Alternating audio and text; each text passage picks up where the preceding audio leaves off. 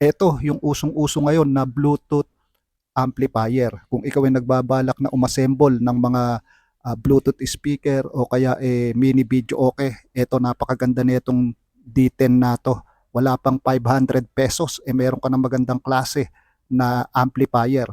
Pagkatapos meron ding display at meron na ding FM. Kompleto na, may remote na din siya. So ano pa hinihintay nyo? Nandyan sa aking yellow basket.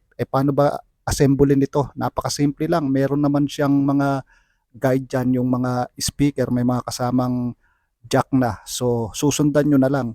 Pagkatapos kung gusto nyo maglagay ng tweeter, hindi nyo na kailangan lagyan ng capacitor kasi matinis na yung boses niya. Ilalagay mo lang doon sa mismong jack na para sa tweeter. Ngayon kung baligtad naman yung kabit nyo, magiging matinis naman yung boses ng speaker nyo. Pagbabaliktarin nyo lang siya. Meron na ding jack yan para sa ilaw at meron na ding switch para sa ilaw niya.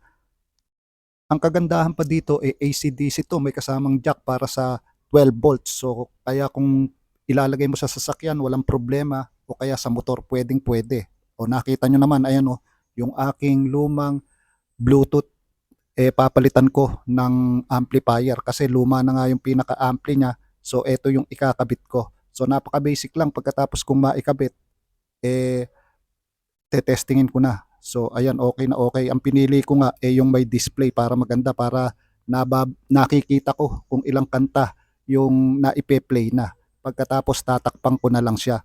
So napakaganda nito kasi kahit mataas yung watts ng speaker mo, kayang-kaya niyang i-drive. Pagkatapos napakaganda pa ng quality ng sounds niya. So kaya ano pa hinihintay nyo mga ka-Paintech? Nandyan sa aking yellow basket kung gusto nyong umorder. Ito yung mga usong-uso ngayon na amplifier. So yun lang at maraming salamat.